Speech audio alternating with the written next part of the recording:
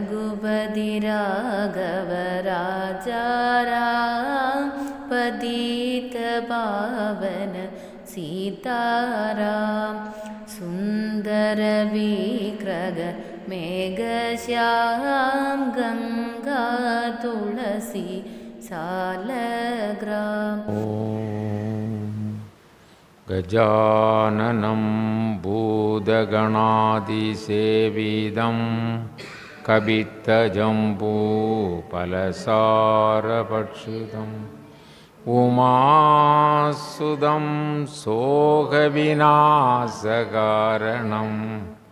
नमामि विघ्नेश्वरपादपङ्कजम्। உலகம் யாவையும் தாமுளவாக்கலும் நிலைபெறுத்தலும் நீக்கலும் நீங்களா அலகிலா விளையாட்டுடையான் அவர் தலைவர் அன்னவர்க்கே சரணாங்களே. நன்மையும் செல்வமும் நாளும் நல்குமே திண்மையும் பாவமும் சிதைந்து தேயுமே ஜன்மமும் மரணமும் இன்றி தீருமே இம்மையே ராமா என்னும் இரண்டெழுத்தினார். அஞ்சிலே ஒன்று பெற்றான் அஞ்சிலே ஒன்றை தாவி அஞ்சிலே ஒன்று ஆறாக ஆரியர்க்கு ஆக ஏகி அஞ்சிலே ஒன்று பெற்ற அணங்கை கண்ட அயலார் ஊரில் அஞ்சிலே ஒன்றை வைத்தான் அவன் நம்மை அழித்து காப்பான். மண்கண்ட வெண்குடை கீழாக மேற்பட்ட மன்னவரும் எம் பண்கண்டளவில் பணியச் செய்வாய். படைப்போன் முதலாம் விண்கண்ட தெய்வம் பல்கோடி உண்டேனும் விளம்பின் உன்போல் கண்கண்ட தெய்வம் உளதோ சகலகலாவல்லியே. குரு பிரம்மா குரு விஷ்ணு குருதேவோ மகேஸ்வரக குரு சாட்சாத் பரபிரம்ம தஸ்மை ஸ்ரீ குரவே நமக. சச்சிதானந்த குரு சத்குரு யோகிராம் சுரத்குமார் திருவடிகளே சரணம். சத்குருநாத மகாராஜ் கி.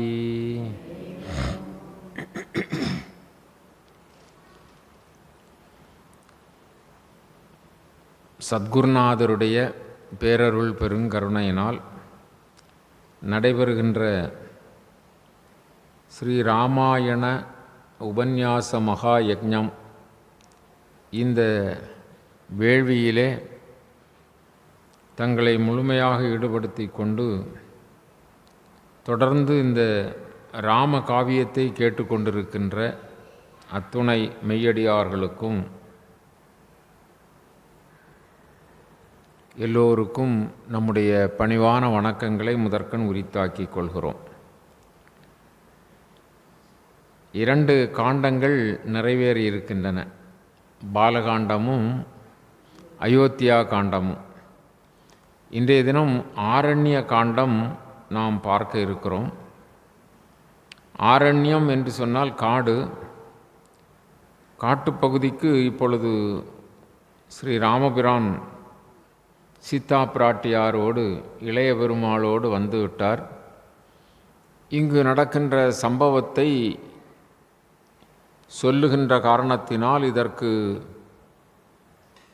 ஆரண்ய காண்டம் என்று பெயர். இப்பொழுது அவர்கள் கானகத்திற்கு வந்த சீதா பிராட்டியாரோடு வந்த ராமச்சந்திரமூர்த்தி இளைய பெருமாளோடு அவர் சித்திரக்கூடத்தில் இருந்தால் அயோத்தியிலிருந்து பிரியப்பட்ட மக்களெல்லாம் அப்பொழுது வந்து பார்த்து கொண்டு போவார்கள். அது வேண்டாம், இங்கிருந்து நாம் தென்பகுதிக்கு போவோம் என்று சொல்லி தென்பகுதிக்கு வந்து கொண்டிருக்கிறார்கள். அப்படி வருகின்ற பொழுது அத்திரி முனிவருடைய ஆசிரமம் இருக்கிறது. அத்திரி முனிவர் சிறப்புக்குரிய மகரிஷி. அவர் பெரிய தவசீலர். அவருடைய மனைவியின் பெயர்தான் அனுசூயா. அப்படி அத்திரி மகரிஷியும் அனுசூயாவும் அவர்கள் வாழுகின்ற அந்த ஆசிரமத்தில் ஸ்ரீ ராமச்சந்திரமூர்த்தி அந்த அருகாமையில் சென்றவுடனே அத்திரி மகரிஷி அவர்களை வரவேற்று உபசரித்தார். அப்படி அவர்கள் இன்முகத்தோடு வரவேற்று தான் வணங்குகின்ற பகவான் வந்திருக்கிறார் என்று சொல்லி எல்லா விதமான உபசரணங்களையும் செய்து அவர்களுக்கு இளைப்பாற வசதி செய்து கொடுத்து உணவு கொடுத்து இப்படி நல்ல அவர்களை ரொம்ப உபசாரம் செய்தார். அத்திரி மகரிஷி கேட்கவா வேண்டும், ராமபிரான் வந்திருக்கிறார் என்று சொன்னால், அங்கு கங்கை கரைக்கு வந்த பொழுதே நாம் யாரை நோக்கி தவம் செய்கிறோமோ அந்த பகவானே வந்திருக்கிறார் என்றல்லவா முனிவர்களெல்லாம் நினைத்திருந்தார்கள். அதுவும் முனிவங்கவர்களெல்லாம் ராவணாதி அவனர்களுடைய கொடுமையான காலம் என்று முடியும் என்று சொல்லி ரொம்ப எதிர்பார்த்திருக்கிறார்கள். ராம அவதாரத்தில் ராமன் அவதாரமும் அவரை தரிசிக்கின்ற பாக்கியத்தையும் எல்லாம் எதிர்பார்த்திருந்தார்கள். நம்முடைய மாவட்டத்தில் கூட இருக்கின்ற சுசீந்திரம் அங்கு அத்திரி மகரிஷி வாழ்ந்ததாக வரலாறு இருக்கிறது. அத்திரி மகரிஷியும் அனுசூயாவும். அதனால்தான் அந்த மூவர்களும் இங்கு தான் வந்து சோதனைக்கு வந்தார்கள் அனுசூயாவை. அவர்கள் மூவர் என்று சொன்னால் தேவலோகத்திலும் அனுசூயா மாதிரி ஒரு சிறப்புக்குரிய ஒழுக்கமுடைய சிறந்த மாதர் இல்லை என்று சொன்ன உடனே அவர்களை அப்படியென்றால் நாம் சோதிப்போம் என்று சொல்லி சிவன் பிரம்மா விஷ்ணு மூவரும் இங்கு வந்தார்கள். அப்பொழுது அனுசூயா அம்மா வந்து அவர்களை உபசரித்தார்கள். அது போதாது, நீங்கள் நிர்வாணமாக எங்களுக்கு உணவு கொடுக்க வேண்டும் என்று அவர்கள் வேண்டிக்கொள்ள உடனே அனுசூயா சிறந்த ஒரு ஞான நிலையில் உள்ளவர்கள் அல்லவா, அத்திரி மகரிஷியினுடைய துணைவியார். அப்படி அதனால் அவர்களுக்கு இது ஒரு விசேஷமான கேள்வியாக இருக்கிறது. ஆகவே வந்திருப்பவர்கள் சாதாரணமானவர்கள் அல்ல. அப்படி என்று சொல்லி அத்திரி மகரிஷியினுடைய திருவடி பூஜை செய்து வைத்திருந்த தீர்த்தத்தை எடுத்து வந்து இவர்கள் மீது தெளித்தாள். உடனே இவர்கள் மூவரும் சிறு குழந்தையாக ஆகிவிட்டார்கள். என்ன 2 மாதம் 3 மாத குழந்தையாக ஆகிவிட்டார்கள். உடனே அவர்களுக்கு இவள் உணவு ஊட்டினாள். அவர்கள் வேண்டிக் கொண்டது அப்படித்தானே, அதனால் அப்படி உணவு ஊட்டினாள். பிறகு பிள்ளையாகவே இங்கு இருந்தார்கள். 3 பேருக்கும் விமோசனம் இல்லை, பிள்ளையாக்கி விட்டாள் அல்லவா. ஆனால் அந்த தேவிமார்களெல்லாம் ஐயோ நாம் ஒரு சோதனைக்கு அனுப்பி சோதனையிலே நாம் தோல்வியுற்று போனோம், இப்பொழுது நம்முடைய கணவன்மார்கள் வருவார்களா இல்லையா தெரியாது, அனுசூயா பக்கமே அங்கேயே குழந்தையாக இருந்து விடுவார்களோ என்று மிகுந்த வேதனைப்பட்டு ஓடோடி அனுசூயாவிடம் வந்து மன்னிப்பு கேட்டு அதன் பிறகு எங்களுடைய கணவனை தந்து விடுங்கள் என்று சொல்லி, அப்படி அந்த அத்தகைய அனுசூயாவுக்கு அவ்வளவு சிறப்புள்ள ஒரு பகுதி. அதனால்தான் சிவன் பிரம்மா விஷ்ணு மூவரும் இங்கு வந்ததனால்தான் தானுமாலயன் என்கிற சுசீந்திரத்தில் இருக்கக்கூடிய சுவாமிக்கு பெயர் தானு மால் அயன். அயன் என்றால் பிரம்மா, என்ன தானு என்று சொன்னால் சிவன், மால் என்று சொன்னால் மால் என்றால் திருமால். அப்போ ஸ்தானு சிவன் விஷ்ணு பிரம்மா, ஸ்தானு மால் அயன் என்கிற ஒரே லிங்கத்தில், பாரத நாட்டிலேயே ஒரே லிங்கத்தில் 3 பேரும் இருக்கக்கூடியது இந்த இடம்தான், பாரத நாட்டிலேயே.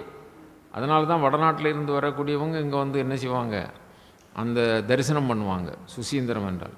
இன்னொரு பெரிய சிறப்பு, அந்த அகலிகையினுடைய கணவர் கௌதம மகரிஷி அவர் ஒரு சாபம் போட்டார் அல்லவா இந்திரனுக்கு, 1000 யோனியாக உன் உடல் போக கடவுது என்று சொன்னார் அல்லவா. அப்பொழுது அவன் வந்து அவன் சாப விமோசனம் பெறுவதற்கு இங்கு தான் பூஜித்திருக்கிறான் சுசீந்திரத்தில்.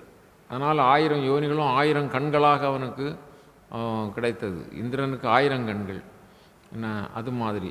அதனால் இப்பொழுதும் சுசீந்திரத்தில் இரவு பொழுதில் பூஜை செய்கிற பூஜாரி அடுத்த நாள் காலையில் பூஜைக்கு வர மாட்டார். மற்ற கோயில்களில் இரவு பூஜை செய்தவர் தான் காலையிலும் வந்து அதிகாலையில் 3 மணி 3:30 மணிக்கு நிர்மாலிய தரிசனம் என்று இருக்கும் சுசீந்திரத்தில். மற்ற கோயிலெல்லாம் ரொம்ப காலதாமதமாகி 6 மணி 7 மணிக்கு தான் திறப்பார்கள். இங்கே அப்படி இல்லை, பிரம்ம முகூர்த்தத்தில் திறப்பார்கள். அப்படி திறக்கும்போது அந்த காலை பொழுதிலே பூஜை செய்பவர் புது பூஜாரி, முந்தைய நாள் இரவு பூஜை செய்தவர் செய்ய மாட்டார். என்ன காரணம் என்றால் ஒவ்வொரு நாளும் இந்திரன் வந்து இங்கு பூஜிக்கிறானா. மதுரையிலும் அப்படி பூஜிக்கிறார்கள் தேவர்கள். சொக்கநாத பெருமாளையும் மீனாட்சி அம்மையும் தேவர்கள் பூஜிக்கிறார்கள். அது திருவிளையாடல் புராணத்தில் தெளிவாக சொல்லப்பட்டிருக்கிறது. தேவர்கள் பூலோகத்துக்கு வந்து பூஜித்து செல்கிறார்கள். அது மாதிரி இந்திரன் இங்கு பூஜை செய்கிறான். சுசீந்திரம் என்ற பெயரே சுசி இந்திரன். இந்திரன் தூய்மை அடைந்த, சாப விமோசனம் அடைந்த, சுசி அடைந்த. சுசி என்றால் அது அவனுடைய சாபம் நீங்கியது, தூய்மையான இடம். இந்திரன் தூய்மையான இடம், அவனுடைய களங்கம் நீங்கிய இடம் இங்கு தான். அதுதான் சுசீந்திரம். அந்த 3 பேரும் இங்கு வந்ததனால் தானுமாலையன் முப்பெரும் அந்த படைத்தல் காத்தல் அழித்தல் அந்த முத்தொழிலை செய்யக்கூடிய 3 பேரும் இங்கு ஒரே லிங்கத்தில் இருக்கிறார்கள். அப்படிப்பட்ட அந்த அனுசூயா அத்திரி மகரிஷி ஆசிரமத்திற்கு இவர்கள் சென்றார்கள். 1-2 நாட்கள் அங்கேயே தங்கினார்கள். அந்த அனுசூயா சீதாதேவியினுடைய நிலைமையை குறித்து அவர்கள் எவ்வளவு ஒரு பெரிய ராஜ்யத்தினுடைய ராணியாக இருந்தவர்கள் அல்லவா, இல்லையா? அவர்கள் அந்த தசரத சக்கரவர்த்தியினுடைய மருமகள் அல்லவா. இப்பொழுது எப்படி இருக்கிறார்கள்? மர உரி தரித்து கானகம் வந்திருக்கிறார்கள். அது மாதிரி நிலையிலே அவர்கள் எந்த ஆபரணமும் அணிந்து வரவில்லை. அதனால் அனுசூயா அம்மா தான் சேர்த்து வைத்திருந்த அத்தனை ஆபரணங்களையும் யாருக்கு கொடுத்தார்கள்? சீதா பிராட்டிக்கு கொடுத்தார்கள். அப்படி அவர்கள் அன்போடு கொடுத்ததனால் இவர்கள் பெற்றுக்கொண்டார்கள். இவர்களுக்கு தேவையில்லை. ஆனால் யாராவது பக்தர்கள் அன்போடு கொடுத்தால் பகவான் வாங்கி கொள்வார். அது அவருக்கு தேவை இருந்தோ இல்லையோ, அன்போடு கொடுத்தால் என்ன செய்வார்கள்? வேண்டாம் என்று சொல்ல மாட்டார்கள், வாங்கி கொள்வார்கள். இதெல்லாம் ஒரு இதெல்லாம் என்னது? ஒரு சிறப்பான மரியாதை நிமித்தங்கள். இதெல்லாம் நிமித்தங்கள். அதனால் பெரியவர்கள் ராமன் கங்கை கரைக்கு வந்த பொழுது குகன் என்ன செய்தான்? தேனையும் மீனையும் கொடுத்தான். பெற்றுக்கொண்டோம் என்று அன்போடு பெற்றுக்கொண்டார். அம்மா ஆருக்கு கொடுக்குறாங்க ஆபரணம்? சீதா பிராட்டிக்கு ஏராளமான. இதுதான் பின்னால் அவங்க வந்து அந்த குரங்குகள் கிஷ்கிந்தாவில் வந்து சீதா பிராட்டின் ஆபரணம் என்ன இதுதானான்னு கேட்பாங்க. அப்போ சிலர் கேள்வி கேட்பாங்க. அவங்க மர உரிச்சு தரித்து அல்லவா அங்கேருந்து அயோத்தியிலேருந்து வந்தாங்க, அவங்களுக்கு யாது ஆபரணம் என்று கேட்பார்கள். நல்ல உற்சாகமாக கதை வரலாறு கேட்குறவங்க என்ன செய்வாங்க? கேட்பாங்க. அப்போ அது யார் கொடுத்த ஆபரணம்? இந்த அனுசூயா கொடுத்த ஆபரணம். பிறகு அங்கிருந்து அவர்களிடமிருந்து விடைபெற்று தண்டகவனம் வருகிறார்கள். தண்டகவனம், அந்த தண்டகவனம் வருகிற வழியிலே பிராதன் என்று ஒரு அசுரன், பிராதன். அந்த பிராதன் எப்படிப்பட்டவன் என்று சொன்னால், அவன் தேவலோகத்தை சார்ந்தவன், அழகாபுரியை சார்ந்தவன். குபேரனது அழகாபுரி. குபேரன் ஒருத்தன் என்ன, அந்த குபேரன் வந்து செல்வத்துக்கு அதிபதி. என்ன, ராவணனுக்கும் உறவுக்காரன் தான் அண்ணன், ராவணனுடைய அண்ணன். அப்படிப்பட்ட குபேரன் அவன் வந்து அழகாபுரியிலே அவன் இருக்கிறான்.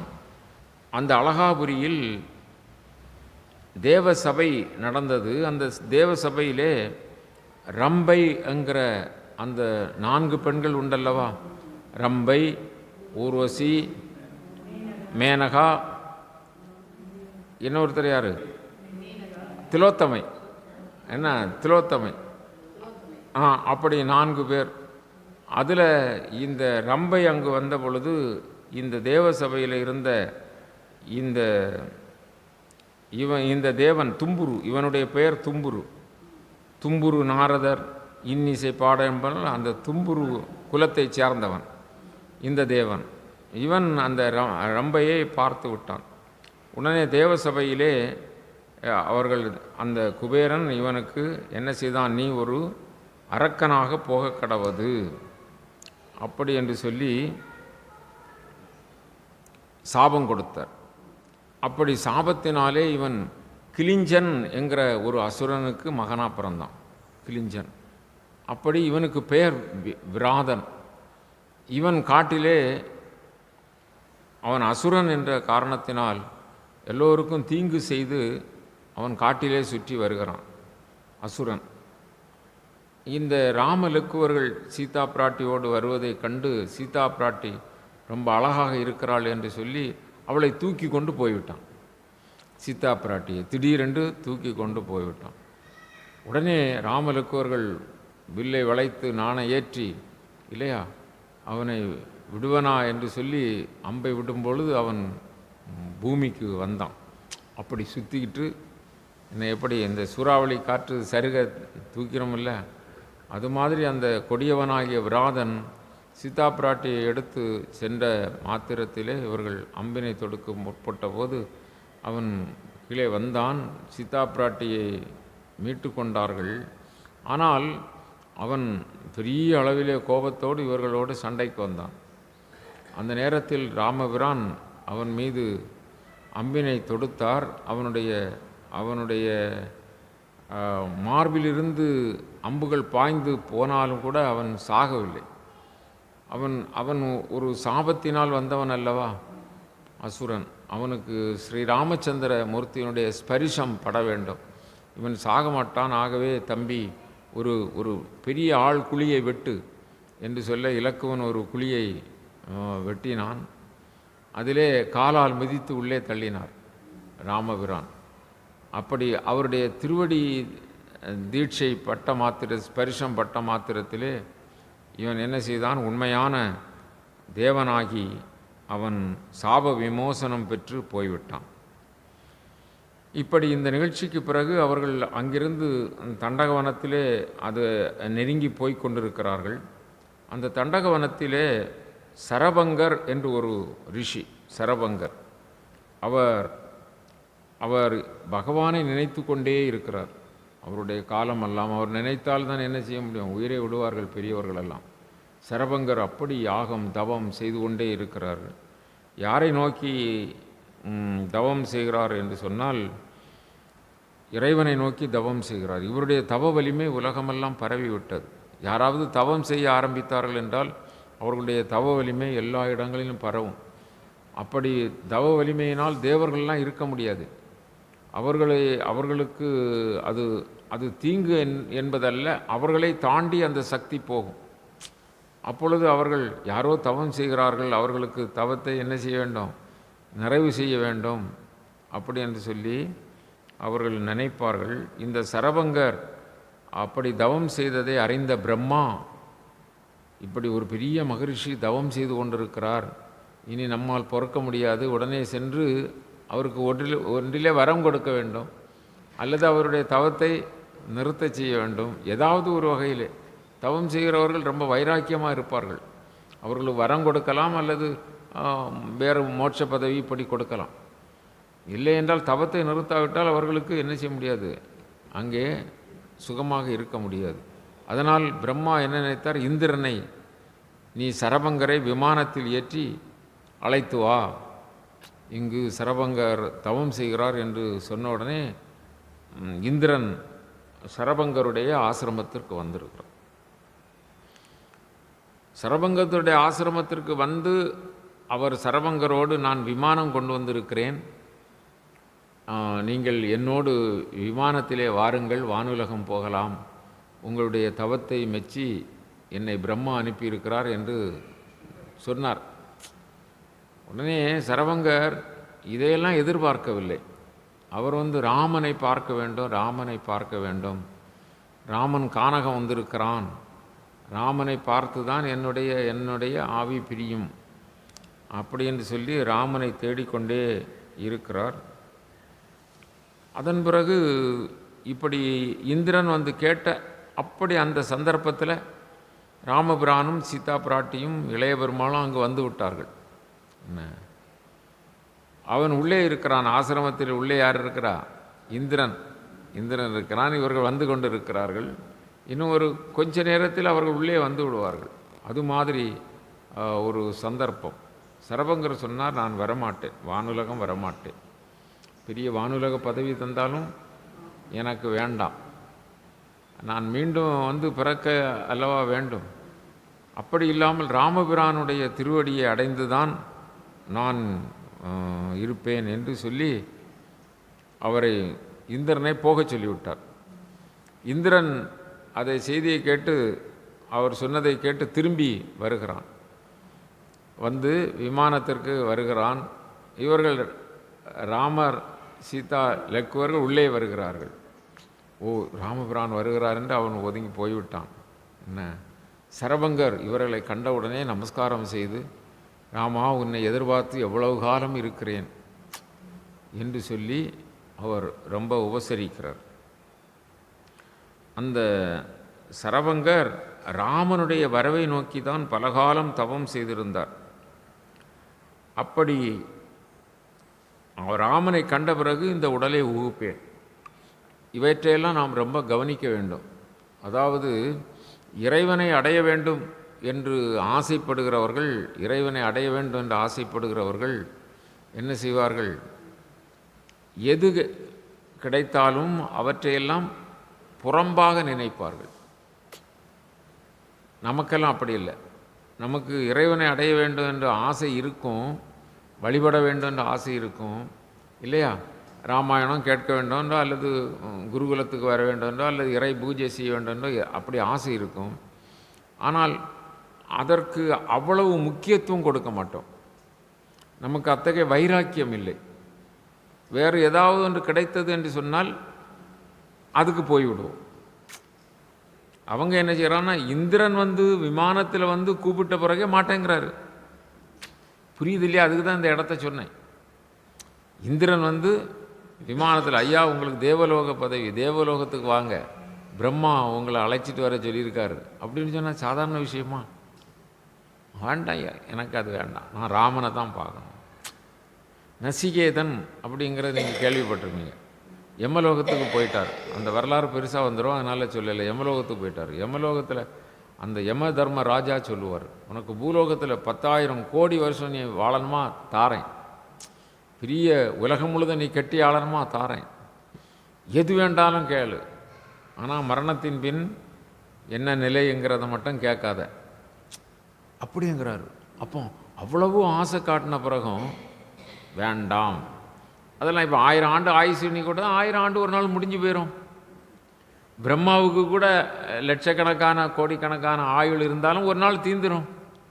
எத்தனையோ சதுர்யுகம் கழிஞ்சா அவருக்கு போயிடும், ஆயுள் குறைஞ்சிரும் இல்லையா. அது மாதிரி உலக ஆட்சியோ மக்கள் செல்வமோ எது கேட்டாலும் ஒரு நாள் என்ன செய்கிறோம் இல்லையா. அப்போ அதெல்லாம் வேண்டான்ட்டார்.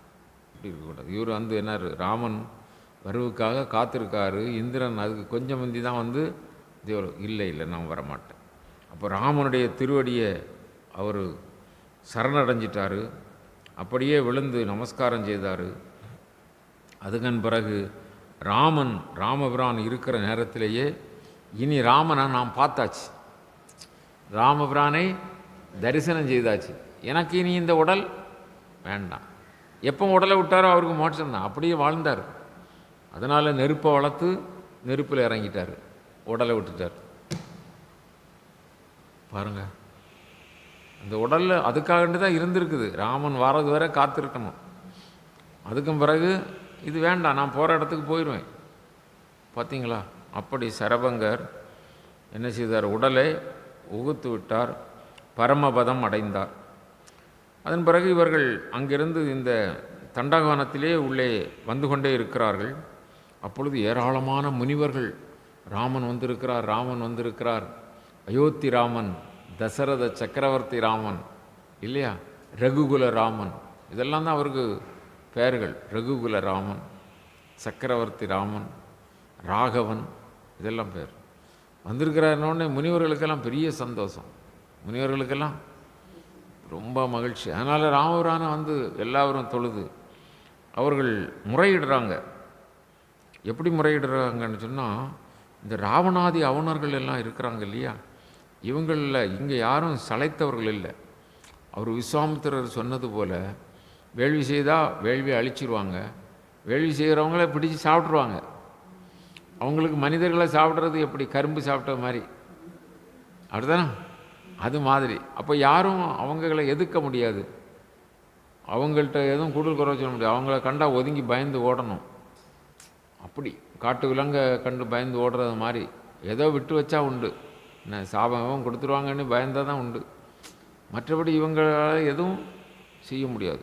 அங்கே அந்த வனத்தில் அந்த ராவணன் முதலான அந்த அவுணர்களுடைய தொல்லை அதிகமான தொல்லை, எப்பவும் பயந்து பயந்து தான் வாழணும். அதனால் அந்த ராவணாதி அவுணர்கள்ட்ட இருந்து எங்களை காப்பாற்றணும் அப்படி என்று சொல்லி முனிவர்களெல்லாம் என்ன செய்தாங்க, வேண்டிக்கிட்டாங்க.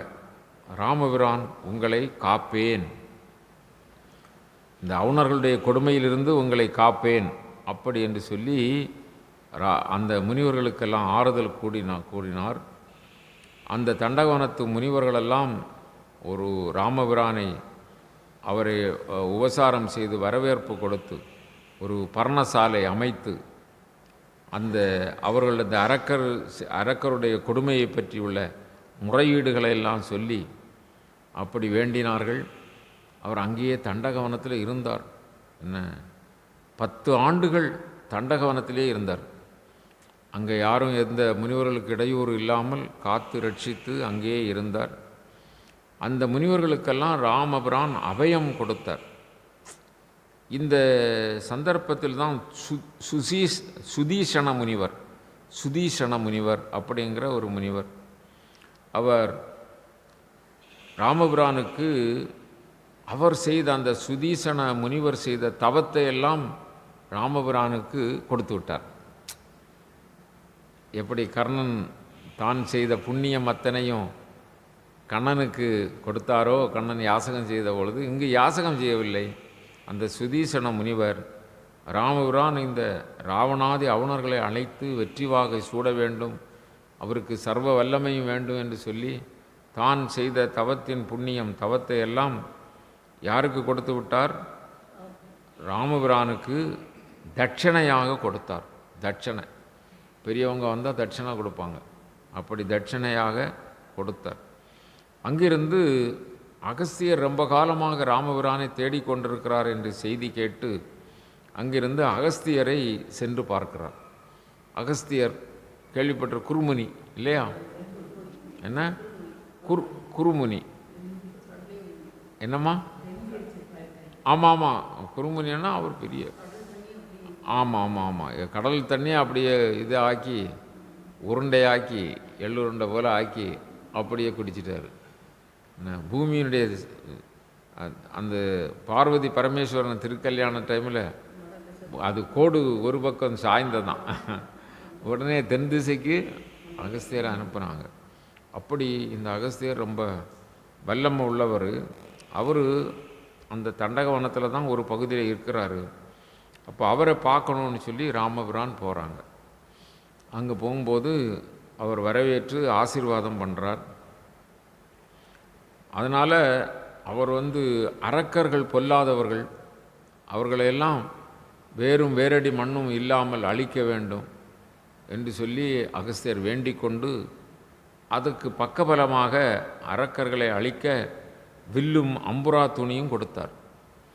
ஒரு தவத்தினால் அவருக்கு கிடைத்த வில்லும் அம்புரா துணி, எடுக்க எடுக்க குறையாத அம்புரா துணியை. அம்புரா துணின்னா என்னது, வில்லு போடக்கூடியது இல்லை, அம்பு போடக்கூடியது. ஆமாம் ஆமாம் அதுதான் அம்புரா துணி. ஆமாம், அதில் எடுக்க எடுக்க குறையாத தன்மையுடைய அம்புரா துணியையும் வில்லும் அகஸ்தியர் ராமபிரானுக்கு கொடுத்தார். அந்த வில் யாது என்று சொன்னால் முழுமுதற் பரம்பொருள் வைத்திருந்த வில். ஆமாம், அந்த வில்லை கொடுத்தார். அப்படியாக அவரிடமும் ஆசி பெற்று கொண்டு வருகின்ற பொழுது அவர்கள் பஞ்சவடியை நோக்கி வந்து கொண்டிருக்கிறார்கள். அப்படி அவர் அகஸ்தியர் இங்கிருந்து பஞ்சவடிக்கு சென்றால் பஞ்சவடியில்தான் ராவணாதி அவுணர்களுடைய கொடுமை அதிகம், அங்குதான் யாரும் வாழ முடியவில்லை. ஆகவே நீங்கள் அங்கு சென்று அந்த முனிவர்களையும் காப்பாற்ற வேண்டும், அசுரர்களை அழிக்க வேண்டும் என்று அவர் சொல்ல இவர்கள் பஞ்சவடிக்கு வருகிறார்கள். பஞ்சவடிக்கு வருகின்ற பொழுது அங்கே ஜடாயு அப்படிங்கிற ஒரு பட்சி. ஜடாயு அது யார் அப்படின்னு சொன்னால் சூரியனுடைய தேர்ப்பாகன் அருணன். சூரியனுக்கு தேரை ஓட்டக்கூடியது யார்? சூரிய பகவானே தேரை ஓட்டிட்டு வர மாதிரி போட்டிருப்பாங்க. அப்படி இல்லை, சூரிய பகவான் தேரில் தான் இருப்பார். தேரை ஓட்டுறது அருணன், அவருக்கு பேரும் அருணன். அருணன் அப்படின்னு சொன்னால் சூரியனையும் ஒரு பேர் வச்சுருப்பாங்க. ஆனால் அருணன் வந்து அவருக்கு பாகன், தேர்ப்பாகன். அந்த தேர்ப்பாகன் அருணன் அவருடைய மனைவி அரம்பை, அந்த 2 பேருக்கும் பிறந்தவர்கள் தான் இந்த ஜடாயுவும் சம்பாதிங்கிற பட்சியும்.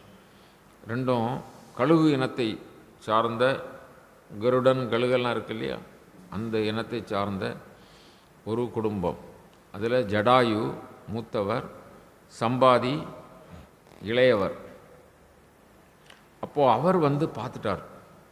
ஜடாயு அப்படி ஒரு பெரிய மலை போல இருப்பார், பெரிய ஆள், பெரிய பட்சி. அவர் பார்த்தார், இவங்க 3 பேரும் வாராங்க. எங்கே அதாவது கழுகு கண் பார்வைங்கிறது ரொம்ப தூரம் வந்தாலும் தெரியும், என்ன ரொம்ப தூரத்தில் வந்தாலும் தெரியும், ரொம்ப கூர்மையாக பார்ப்பாங்க. என்ன அந்த கண் மாதிரி ஆற்றல் உள்ள கண் கிடையாது.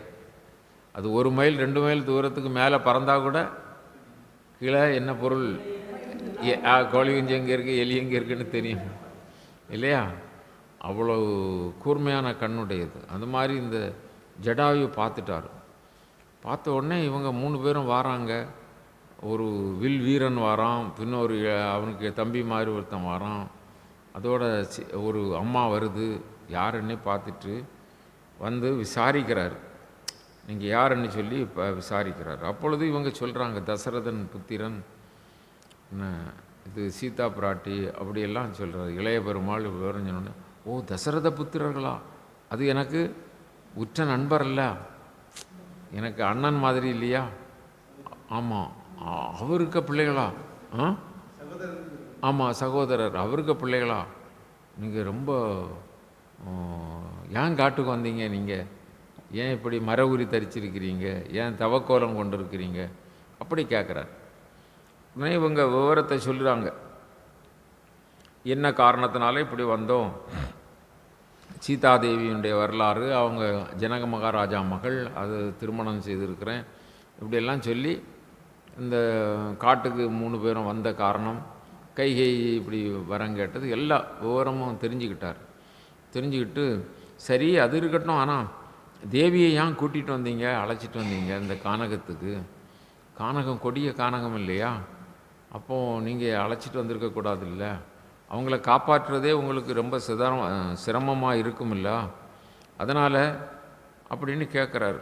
அப்போ இவங்க அம்மா வந்து பிடிவாதமாக இல்லையா வராங்க, கானகத்துக்கு பிடிவாதமாக நான் வந்து தான் ஆகணும் இல்லை வராங்க. அப்போ அவர் வழிகாட்டுறாரு, இந்த பஞ்சவடிக்கு போகணுன்னு சொன்னால் இந்த கோதாவரிக்கு அருகே அங்கே அதை தாண்டி போகணும். கோதாவரி நதி தீரத்தில் தான் அந்த பஞ்சவடி இருக்குது, அதனால் நீங்கள் அங்கே இப்படி போகலாம். ஆனால் ஒரு காரியம், இந்த பஞ்சவடியில் அவுணர்களுடைய அரக்கர்களுடைய கொடுமை அதிகம், எப்போ யார் என்ன தொந்தரவு செய்யாங்கன்னு தெரியாது. அதனால் நீங்கள் ரொம்ப ஜாக்கிரதையாக இருக்கணும், ரொம்ப கவனமாக இருக்கணும். நீங்கள் சீதா தேவியை பிரிஞ்சு எங்கேயும் போயிடக்கூடாது. அவர் சொல்கிறார் முன்னக்கூட்டியே, சீதா தேவியை பிரிஞ்சு நீங்கள் எங்கேயும் போயிடக்கூடாது, ரொம்ப ஜாக்கிரதையாக இருக்கணும், ரொம்ப கவனமாக இருக்கணும், நீங்களும் கவனமாக இருக்கணும். அது பஞ்சவடிங்கிறது ரொம்ப கொடுமையான அரக்கருடைய அட்டூழியம் நிறைஞ்ச இடம் அப்படின்னு சொல்லி விவரம் சொல்கிறார். இப்போ வட இந்தியாவுக்கு நீங்கள் யாத்திரை போனீங்கன்னா பஞ்சவடிக்கு போகலாம், பஞ்சவடி பார்க்கலாம் என்ன. அப்படி சொல்லி ரொம்ப எச்சரிக்கை பண்ணி அனுப்புகிறார் ஜடாயு. அது மாதிரி நடப்போம்னு சொல்லிட்டு அவருக்கு வணக்கம் சொல்லி எல்லாம் புறப்பட்டு போகிறாங்க. 3 பேரும் போகிறாங்க. எங்கே போகிறாங்க, எந்த ஊருக்கு போகிறாங்க, எந்த இடத்துக்கு? கானகத்தில் ஒரு இடம் பஞ்சவடி, கோதாவரி நதி தீரத்தில் இருக்குது, அங்கே போகிறாங்க.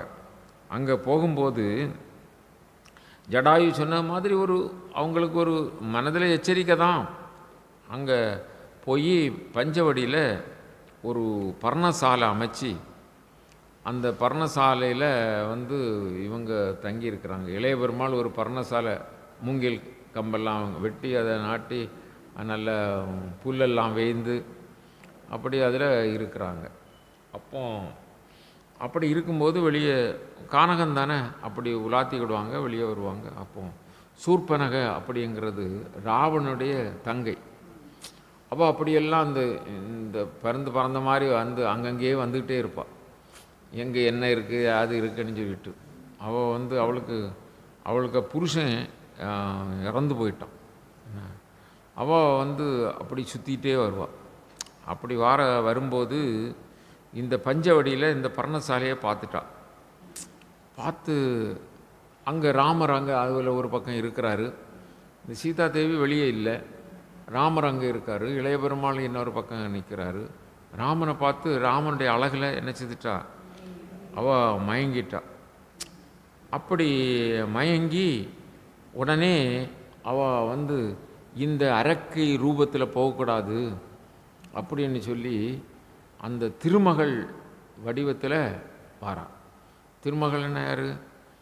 திருமகள்னா லட்சுமி தேவி. லட்சுமி எவ்வளோ அழகாக இருப்பாங்க, சரிதானா? கேட்குறீங்களா? அப்போ லட்சுமி தேவி ரொம்ப அழகாக இருப்பாங்க.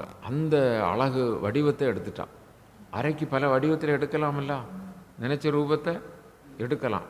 அது மாதிரி எடுத்துட்டான். எடுத்து வாரா. யார்கிட்ட வாரா? ராமபிரான்ட்ட வாரா. கம்பர் சொல்லுவார் பாருங்க, பஞ்சி ஒளிர் விஞ்சு குளிர் பல்லவம் அணுங்க. என்ன? பஞ்சி ஒளிர் விஞ்சு குளிர் பல்லவம் அணுங்க செஞ்சவிய கஞ்ச நிகர் சீரடி ஆகி.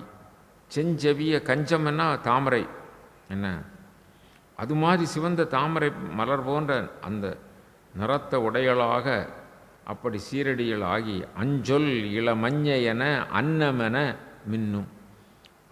நடந்து அப்படி நளினமாக அவள் இப்போ மனசில் கள்ளம் வச்சு வாரா இல்லையா? வஞ்சியன நஞ்சமென வஞ்ச மகள் வந்தாள்.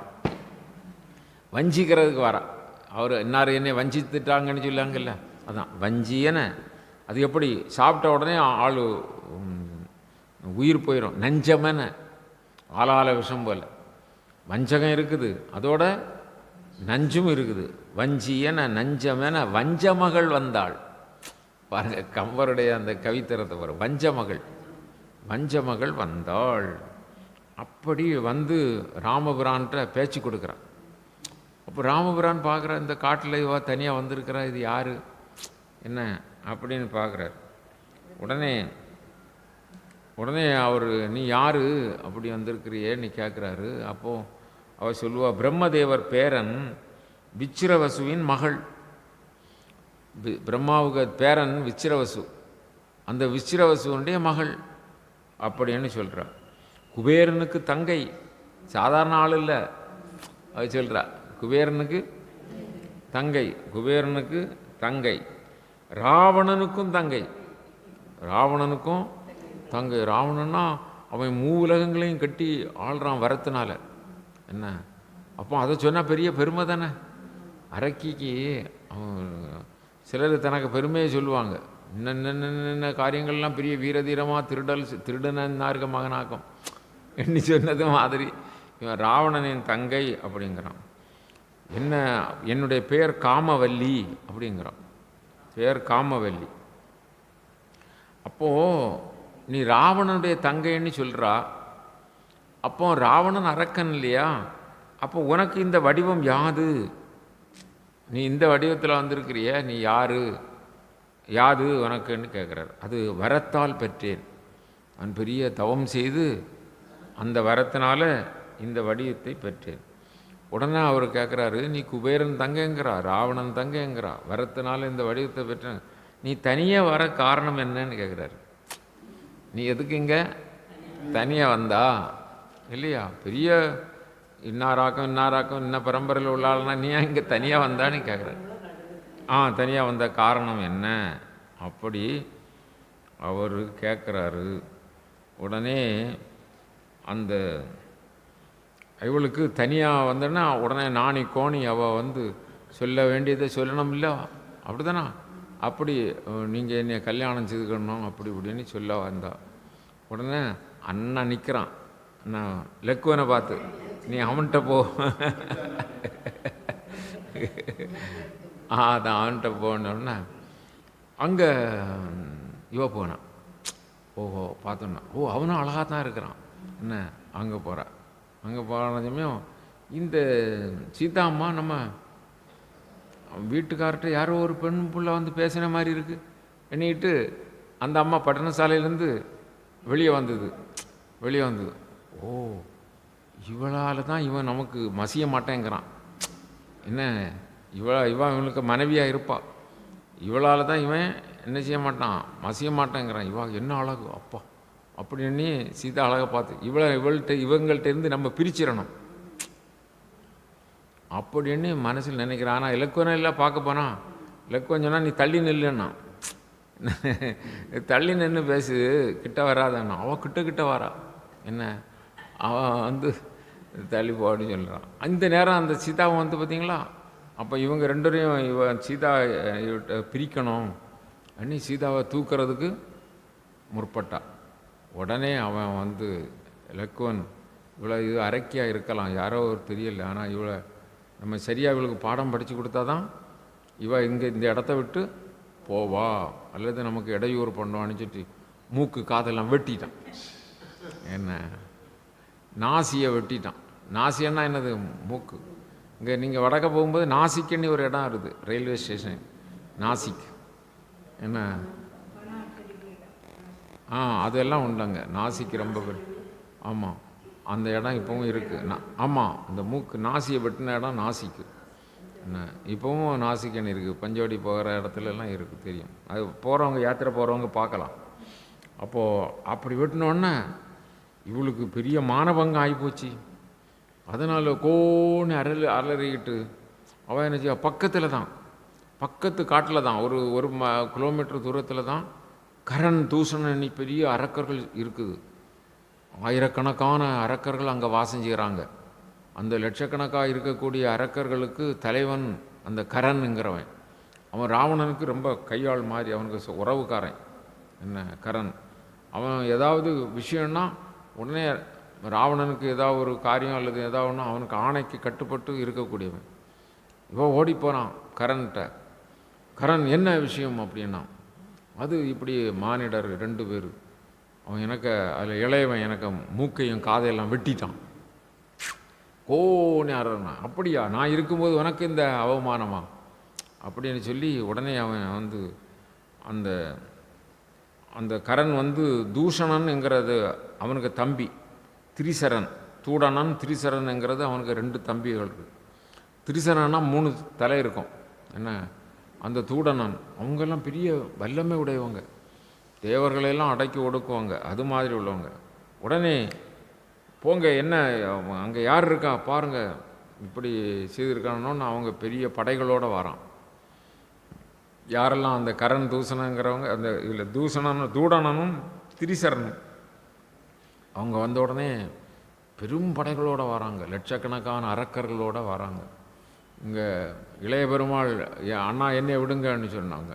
இல்லைப்பா நீ சீதாவை கவனிச்சுக்கிட்டு அங்கே இரு, நான் பார்த்துக்கிட்டேன்னு சொல்லிட்டு ராமபிரான் என்ன செய்தார், வில்லை வளைச்சி அம்பு தொடுத்து அந்த தூடனன் திரிசரன் அவரோட வந்த லட்சக்கணக்கான அரக்கர்கள் எல்லாம் ஒரு கணப்பொழுதில் விண்ணுலகத்துக்கு அனுப்பிட்டார். எல்லாம் செத்து மாண்டாங்க. என்ன பெரிய பெரிய ஆயுதங்களை எடுத்துகிட்டு வருவாங்க, அது மாதிரி பெரிய மரங்களை பிடுங்கிட்டு வருவாங்க, எல்லாம் வருவாங்க, எல்லாம் செய்தாங்க. ஆனால் அது 1-2 பேர் இல்லையே, லட்சக்கணக்கான அரக்கர்கள் எல்லாம் கணப்பொழுதில் எல்லாம் செத்து மடிஞ்சாங்க. செய்தி ஒற்றர்கள் போய் சொன்னாங்க கரண்கிட்ட. கரண் சொன்னோன்னு அவனுக்கு இன்னும் கோபம் வெகுண்டு வந்தது. அவனும் படைகளோடு வந்தான். அப்படி வந்த உடனே பெரும் போர் நடந்தது. அந்த மந்திரி அகம்பன், அவனுக்கு மந்திரி யார், அகம்பன், அவனும் வந்தான். அவங்களையெல்லாம் எதிர்த்தார். ராமபிரான் தனி ஒருவனாக நின்று எதிர்த்தார். கரண் கடைசியாக எல்லா பேரும் இறந்த பிறகு கரண் போருக்கு வந்தான். அவன் கடும் போர் செய்தான். அப்போது ஒரு கட்டத்தில் ராமபிரானுடைய வில்லையும் ஒடிச்சிட்டான். என்ன உடனே ராமபிரான் இப்படி கையை பின்னால் நீட்டினார். வருணதேவன் காத்துக்கிட்டே இருக்கார். வில்லு வருணதேவன்கிட்ட ஒப்படைச்சிருந்தார்ல, பரசுராமன் கொடுத்திருந்த வில்லு, இந்த வில்லை வளையண்ணி கொடுத்தார்ல, அந்த வில்லு வந்து வருணன்கிட்ட கொடுத்து வச்சிருந்தார்ல. இப்படி கை நீட்டின உடனே வருணன் அந்த வில்லை கொடுத்தான். உடனே ரெண்டாவதும் திரும்ப போர் செய்து அந்த கரன் அவனோடு வந்தவங்க எல்லாம் ஒரு கணப்பொழுதிலேயே விண்ணுலகத்துக்கு அனுப்பிட்டார். கரண் தூசணம் எல்லாம் செத்து போனாங்க. இதெல்லாம் பார்த்துக்கிட்டே நிற்கா யார்? இந்த சூர்பனகை, என்ன காமவல்லி, இவ பார்த்து நிற்கா. ஓ, கரண் தூசணெல்லாம் வெற்றி கொண்டு நமக்கு இந்த ராமனை பிடிச்சி நம்மகிட்ட தருவாங்கன்னு நினச்சா என்ன. ஆனால் அந்த ராமன் அவர்களையெல்லாம் அழிச்சிட்டார். எல்லாம் அவர்கள்லாம் வதை செய்த உடனே இவ உடனே எங்கே போகிறா? நேராக ராவணன்கிட்ட போகிறான். ராவணன் இலங்கையில் இருக்கிறான், ராவணன்கிட்ட போகிறான். ராவணன் அரியாசனத்தில் இருக்கிறான், மந்திரிமார்கள்லாம் சுற்றி இருக்காங்க, ராஜதானிகள்லாம் இருக்கிறாங்க, பெரிய பெரிய இதில் பெரிய கௌரவமாக இருக்கிறான். அவன் அரியணையில் இருந்தால் சாதாரண விஷயமா? ராவணன் இருக்கிறான்னு சொன்னால் அப்படி சிங்கம் மாதிரி இருக்கிறான். உடனே அவன்கிட்ட முன்னு போய் அந்த சபையில் போய் விழுந்து அழுதா. அடிபட்ட மான் போல விழுந்து ஓன்னு அழுதா. என்ன விஷயம், என்ன விஷயம்? தங்க சூர்பனகை வந்திருக்கா, அழுறா, என்ன விஷயம், என்ன விஷயம்? அடித்து அலறா. என்ன இல்லை, எனக்கு மூக்கு காதெல்லாம் வெட்டி விட்டாங்க. என்ன? ஓ, யார் வெட்டினது? தேவனா, இந்திரனா, பிரம்மாவா? யார் வெட்டினது? விடுவனா பாரு அப்படின்னு கொக்கரிக்கிறான். அப்படி கண்களெல்லாம் கொவ்வை பழம் போல சிவக்குது. அப்படியே மீசை படபடன்னு துடிக்குது. அப்படி அப்படி எழுந்து கொக்கரிச்சு வாளில் கை வச்சு, என்ன இப்போ என்ன செய்ய போகிறேன், யார் செய்தது சொல்லு அப்படின்னு. அப்போ அது ஒன்று என்னுடைய அந்த ராவணன் சொல்லான். என்ன சொல்ல? அந்த கோபத்தில் சொல்லாம், மருந்து அணைய தங்கை மணிநாசி வடிவாளால் அறிந்தவரும் மானிடர். ஒரு நல்ல வாழ்நாள என்னுடைய மருந்து போன்ற, என்னுடைய கண் போன்ற என் தங்கையினுடைய நாசியை என்ன அறிந்தவரும், மணிநாசி வடிவாளால் அறிந்தவரும் மானிடர் அறிந்தும் உயிர் வாழ்வார். ஓ, அறிந்த பிறகு நான் உயிர் வாழலாமா? அவங்கள விடுவானா? விருந்து அணைய வாளோடும் விழித்து வெல்காது இருந்தனன் ராவணனும் உயிரோடு. அவர்கள் அந்த சனமே கொல்லாமல் நான் உயிரோடு இருக்கிறேனே அப்படின்ட்டு. யார் அது செய்தது அப்படின்னு சொன்ன உடனே, இப்படி ராமலக்குவர்கள் என்று சொன்ன உடனே இவனுக்கு கோபம் வருது. மானிடர், மானிடர்னா மனிதர்கள். மனிதர்களே இவங்களுக்கு ஒரு துச்சம்.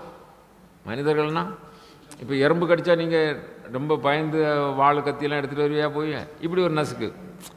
என்ன, எறும்பை பற்றி ரொம்ப கவலை இல்லை. ஒரு கொசு வந்து கடிச்சிட்டேன்னு நீங்கள் என்ன செய்யுங்க? அதுக்கு அப்படியே கம்பேடு, வாழை, வில்லடு நீட்டாக போவீங்க. அதுக்கு அவசியம் இல்லை. அதெல்லாம் ஒரு கொசு. அது மாதிரி மனிதர்கள்னா அந்த அரக்கர்களுக்கு என்னது? ஒரு ஆமாம், ஒரு கொசு மாதிரி தான். அவனுக்கு ரொம்ப பெரிய காரியம் இல்லை. ஆமாம். உடனே அந்த கரனிடம் போய் சொன்னியா? கரண் பக்கத்தில் தானே, பஞ்சவடியில் தானே இப்படி நடந்திருக்குது. கரண் பக்கத்தில் தானே இருக்கிறான். அவன்கிட்ட சொன்னியா? அப்படியேன்னு சொல்லி கோவப்படுறான். இங்கே வந்திருக்கிறியே, அவன்கிட்ட சொன்னால் போதுமே, உடனே அந்த சனமே அந்த ராமலக்குவர்கள் எல்லாம் தொலைச்சிருவானே. அப்படி என்ன என்ன நடந்தது சொல், கரண்கிட்ட சொன்னியா அப்படின்னு. கரணன் சொன்னதற்கு என்ன செய்தார்கள் அப்படின்னு கேட்குறான். உடனே அவ சொல்கிறா, சொல் என்று என் வாயில் கேட்டார். உனக்கு இப்படிப்பட்ட தீங்கு செய்தது யார் அப்படி என்று என்கிட்ட கேட்டாங்க. நான் உடனே சொன்னேன் இல்லையா? தொடர்ந்து சேனையோடும், உடனே 7 வகை சேனையோடு, 7 சேனை, எழுந்த சேனை, 7 வகை சேனை எல்லாம், அந்த சேனைகளோடு என்ன செய்கிறான்? அந்த கரண் வந்தான். அதை சொல்லுன்னு சொன்ன உடனே அவங்க எழுந்து தொடர்ந்து 7 சேனையோடும் கல் என்ற ஒலியில் சென்றார். கல் என்ற ஒலின்னு ஓனி மறைச்சி சத்தம் போட்டு கல் என்ற ஒலியில் சென்றார். கரண் முதல் காளை வீரர், கரண் முதல் எல்லா வீரர்களும் ஓனி சத்தம் போட்டு அவனை அந்த ராமலக்குவர் மீது பாய்வதற்காக போனார்கள். எல் ஒன்று கமலச்செங்கன் ராமன் என்று இசைந்த ஏந்தல். அங்கே நின்னது யார்? ராமன் என்ற இசைந்த ஏந்தல் வில் ஒன்றில் அவன் ஒருத்தன் தான் நின்னான். நான் சொன்ன மாத்திரத்திலேயே கரண் முதலியவர்கள் உடனே குவியிலன்னு எழும்பி படைகளோடு அவன்கிட்ட போனாங்க. அங்கே நின்னது ஒருத்தந்தான், ராமனுங்கிற ஒருத்தந்தான் நின்றான்.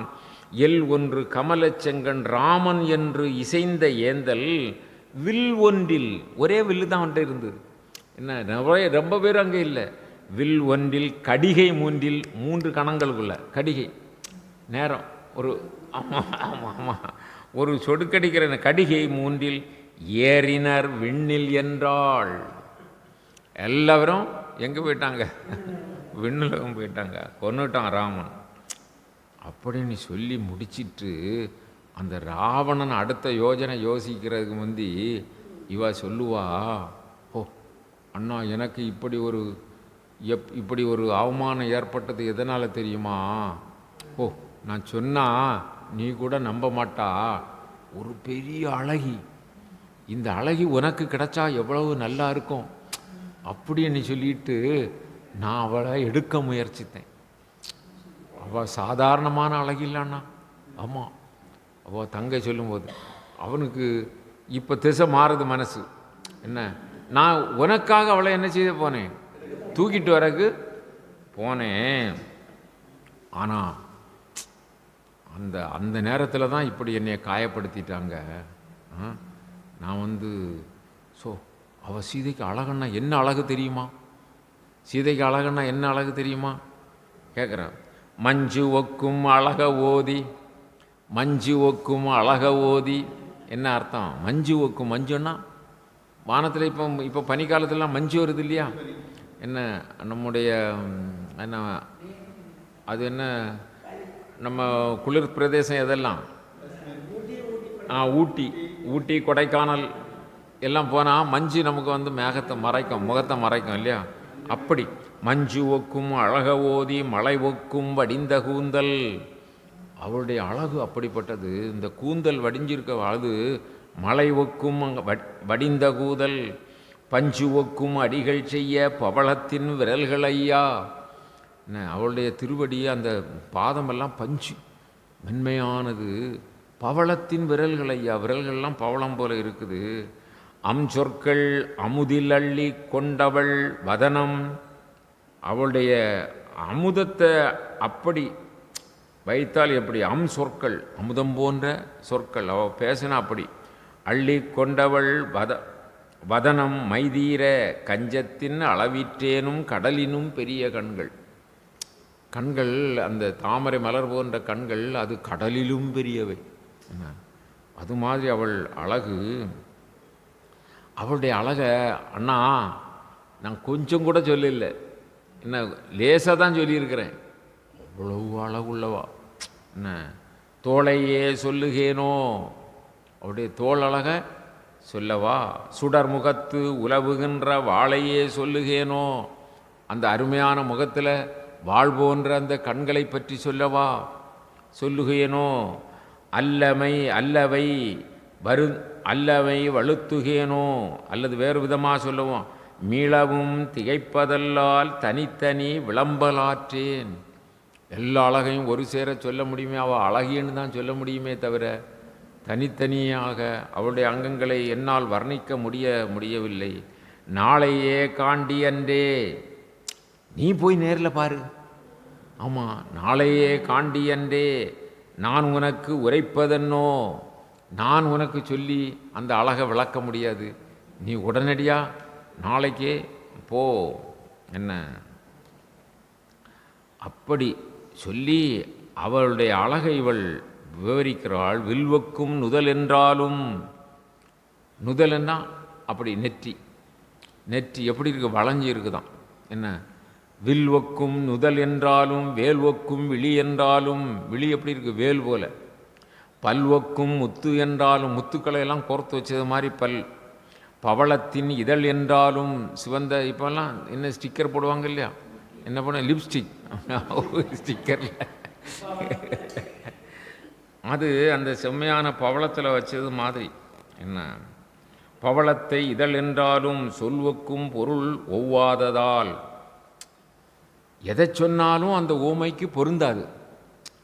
அது எப்படி சொல்லலாம் சொல்லலாம் ஓமை உண்டோ, அவருடைய அழகை சொல்லுறதுக்கு ஓமை கிடையாது. இந்த லோகத்தில் ஓமை இன்னதுக்கு இன்னதுன்னு சொல்லுறதுக்கு ஓமை வேணும்ல. அது எப்படி சொன்னால் எப்படி இருக்கும்? நெல்வக்கும் புல் என்றாலும் நேர் உரைத்து ஆவதற்கு. நெல் எப்படி இருக்குன்னு தெரியாதவன் கேட்டான், அது இந்த புல் போல இருக்கும்னு சொன்னால் எப்படி இருக்கும்? என்ன அது ஒத்து வருமா? அது போல தான் நான் அவளுக்கு அழகாக சொன்னால் ஒரு உதாரணமும் பொருந்தாது. நெல் எப்படி நெற்பயிர் எப்படி இருக்குன்னு கேட்டால் இந்த புல் போல் இருக்குன்னு சொன்னது போல் ஆயிரும். அதனால் அண்ணா, நீ பெரிய பேர் பெற்றவன் ஏன்னு கேட்டால், இந்த சீதாதேவியை நீ அடைஞ்சிட்டேன்னா மூவருமே தோற்று போவாங்க. உமா மகேஸ்வரி, அந்த சிவபெருமான் எப்படி உமா மகேஸ்வரியை வைத்து பெருமை பெற்றுக்கிட்டு இருக்காரு. என்ன அவ்வளவு சிறப்புக்குரிய மங்கை உமா. அவரும் உனக்கு கீழே தான். ஏன்னா சீதாவை நீ அடைஞ்சேன்னா, அதை மாதிரி லட்சுமியை வச்சிருக்காரு யார்? மகாவிஷ்ணு. அவரும் இந்த சீதா உனக்கு கிடச்சாச்சுன்னா அப்புறம் அவங்கெல்லாம் கீழே தான். பிரம்மா சரஸ்வதியை வச்சிருக்கிறாரு. அதெல்லாம் ஒத்து வராது. அதனால் இப்போவுமே நீ என்ன செய்யணும்? இந்திரன் சசியை பெற்றான் சொல்ல பாருங்க. அதேலா இந்திரன் சசியை பெற்றான். பெண்களால் எவ்வளவு ஒரு இது அவங்க சொல்லி அப்படி ஒரு மனமாற்றம் ஒருத்தனுக்கு வந்துட்டோன்னு சொன்னால் எல்லாமே என்ன ஆயிரும்? இங்கே பாருங்கள், இந்திரன் சசியை பெற்றான். இந்திரன் யார்? இந்திரன் தேவர்களுடைய தலைவன் இல்லையா? இந்திரன். அவனுடைய மனைவி யார்? சசி. சசினார் இந்திராணி. இந்திராணி என்ன பேர்? இந்திராணி. ரொம்ப சரிஞ்சா தூக்கம் வந்துடும். இந்திராணி என்ன? இந்திரன் சசியை பெற்றான். 23 வதனத்தான் தன் தந்தையும் உமையை பெற்றான். 23 வதனத்தான் யாரு? ஆறுமுகன். 23 வதனம். ஆறுமுகன் தந்தை யாரை பெற்றான்? உமையை பெற்றான். பார்வதி தேவி, உமா மகேஸ்வரி. சரிதானா? 23 வதனத்தான் தன் தந்தையும் உமையை பெற்றான். தாமரை செங்கணானும், தாமரையில் இருக்கக்கூடிய செங்கணனாகிய திருமாலும் செந்திருவை பெற்றான். செந்திருமகளை பெற்றான். லட்சுமியை பெற்றான். என்ன? சீதையை பெற்றாய் நீயும். நீ யாரை பெற்றாய்? சீதையை பெற்றாய் நீ. அந்தரம் பார்க்கின்றன்மை அவர்க்கு இலை உனக்கே ஐயா. இதை நீ சீதையை அடைஞ்சிட்டேன்னா, இந்த இதை பார்க்கும்போது நீ தான் அந்த 3 பேர்லேயும் மேலானவன். அவ்வளவு சிறப்புக்குரிய. உடனே ராவணன் இதெல்லாம் கேட்டான் பாருங்க. ராவணனுக்கு இப்போ தங்கைக்கு நாசி மூக்கெல்லாம் அரைஞ்சிட்டாங்கிறதுக்கு உள்ள கவலை போயிட்டு, பார்த்தீங்களா? உறக்கம் போனால் எல்லா கவலையும் போச்சு. அது ஒன்று தானே பீடை இல்லையா? அப்போது நாசி மூக்க அறிஞ்சிட்டான், எனக்கு மருந்தனைய தங்கைன்னு சொன்னான். நான் பாசமாக நேசிக்கக்கூடிய தங்கைக்கு இப்படி ஒரு இடையூறு செய்துட்டாங்களே அப்படின்னு துடிச்சான். மந்தி நான் விடுவேனா பாருன்னா. இப்போ சீதாவை பற்றி சொன்ன உடனே என்ன, அந்த தங்கைக்கு உடைய இதெல்லாம் போயிட்டுது. கரண், தூடனன் இவங்கெல்லாம் இவனுக்கு ரொம்ப உறவுக்காராங்க. அவங்கெல்லாம் யமலோகம் போயிட்டான். அவங்கள பற்றிய கவலையும் பார்த்தீங்களா? இதுதான் வாழ்க்கை. வாழ்க்கை எப்படி சித்தரிக்கப்படுது பற்றியலா? ஏதாவது ஒன்று வந்துட்டேன்னா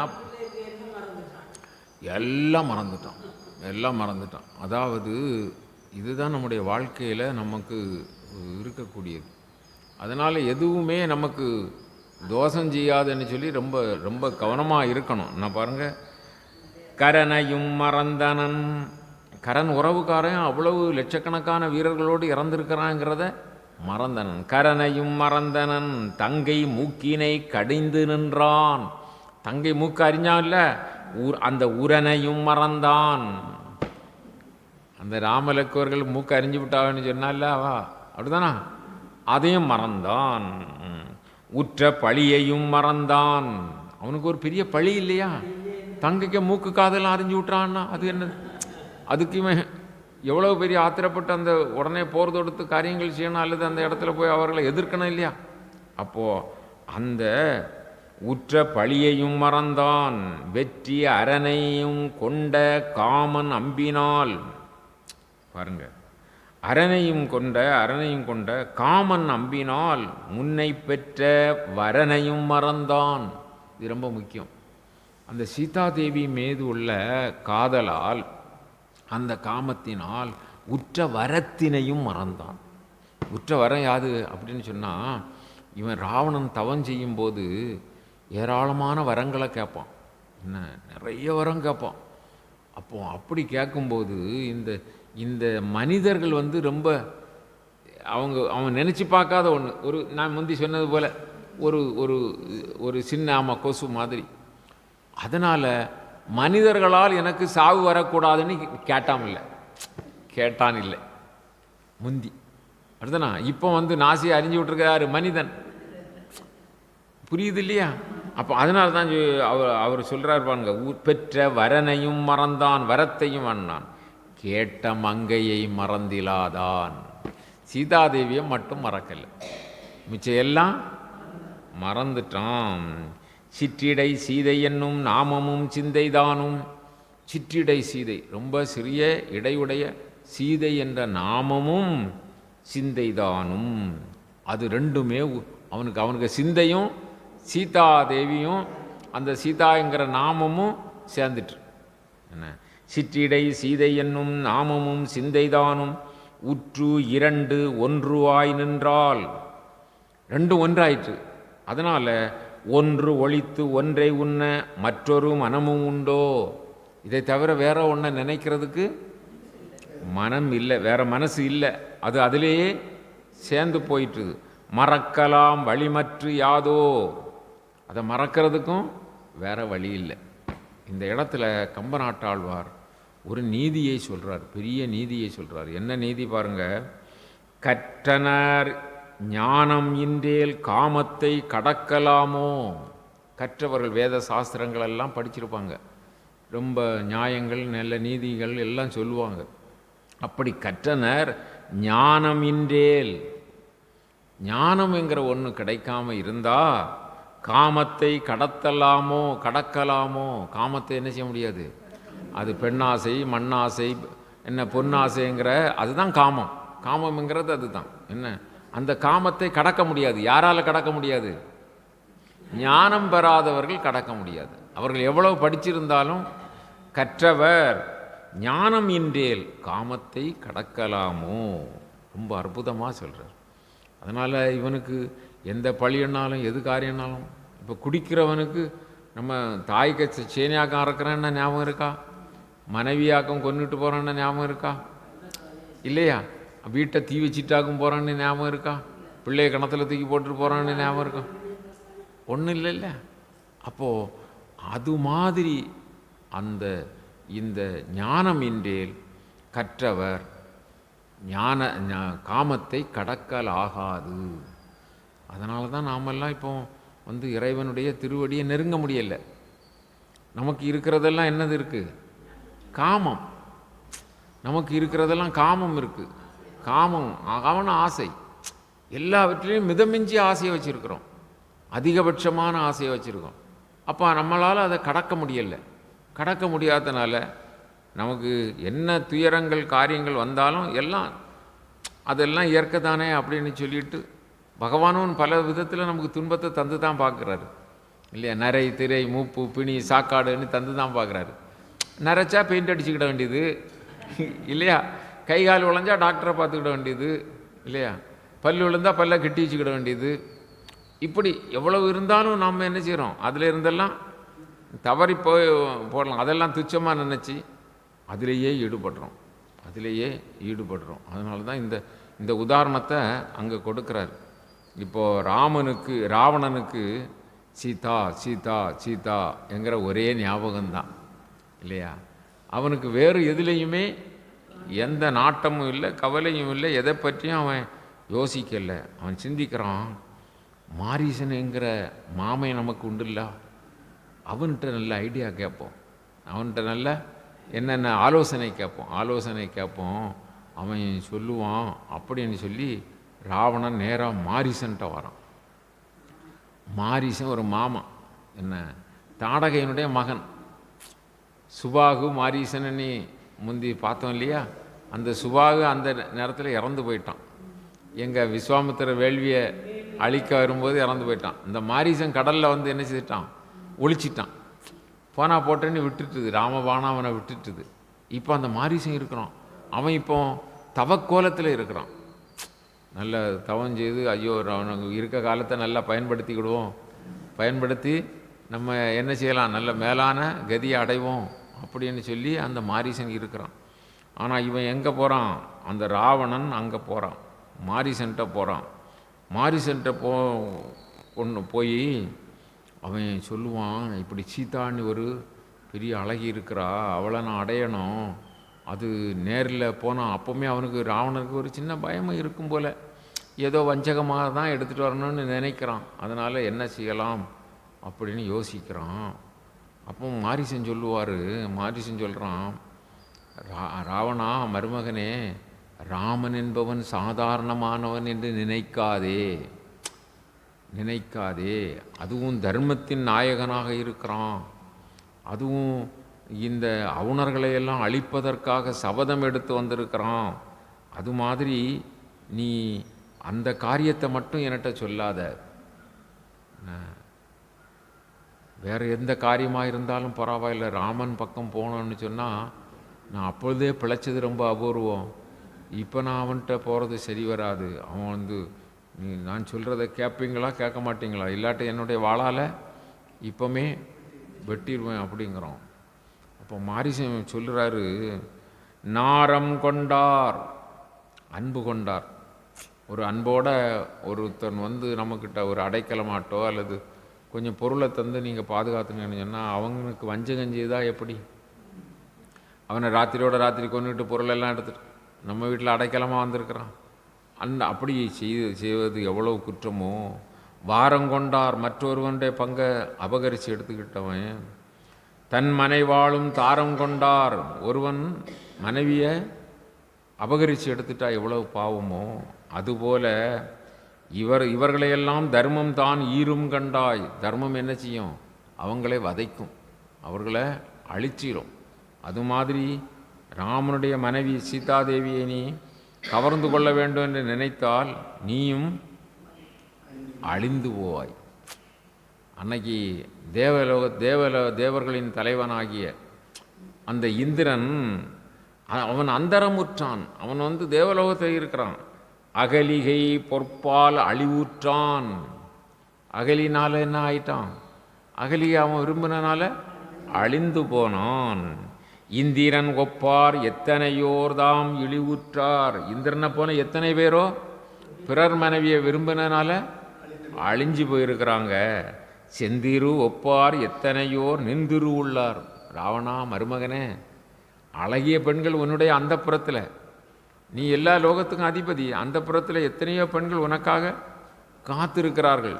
என்ன செந்திருவத்தார், திருமகளை போன்ற அழகுடையவர்கள் எத்தனையோர் நின் திரு உண்பார். உன்னுடைய சம்பாத்தியத்தை அல்லது உன்னுடைய என்ன சொத்துக்களை சாப்பிட்டுக்கிட்டு அல்லது உன்னுடைய உணவை உண்டுகிட்டு எத்தனையோ பேர் உனக்காக அந்த புறத்தில் இருப்பார். மந்திரமற்றார் உற்றது உரைத்தாய் மதியற்றாய். நீ வேண்டாத காரியத்தை செய்ய முற்பட்டு விட்டாய், உனக்கும் அழிவுங்கிறார். இதை மாதிரி எத்தனை பேர் அழிஞ்சு போயிருக்காங்க, நீயும் இப்படி அழியப் போகிறாய்.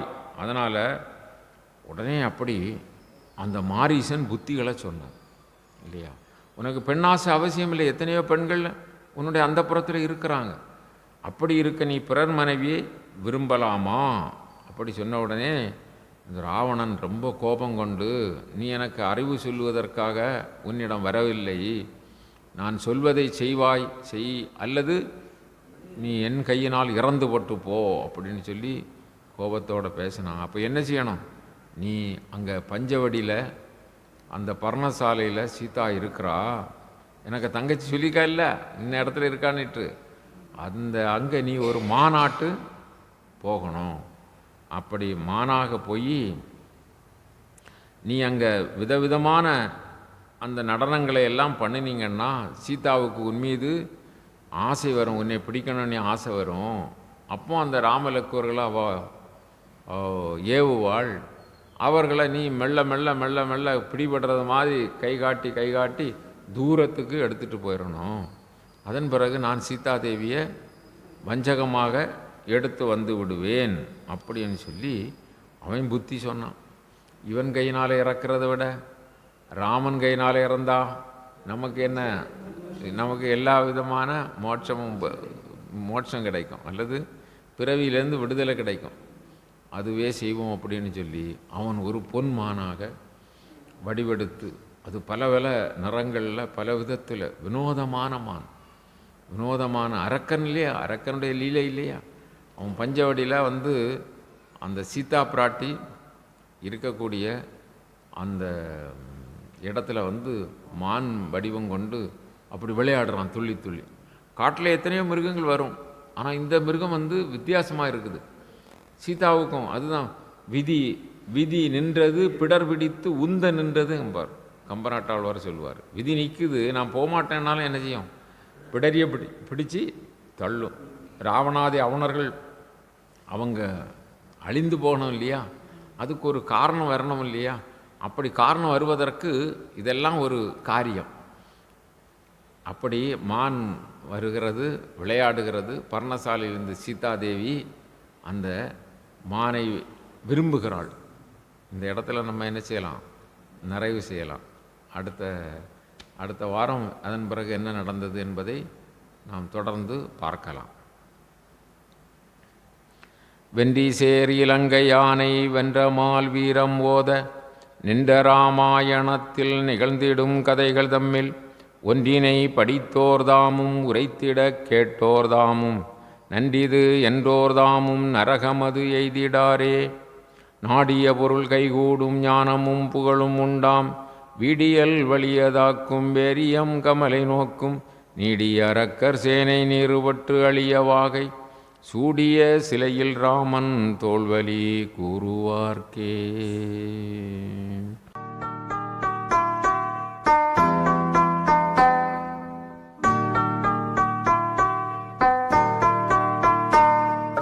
योगी राम सूरत कुमार जय गुरु राया।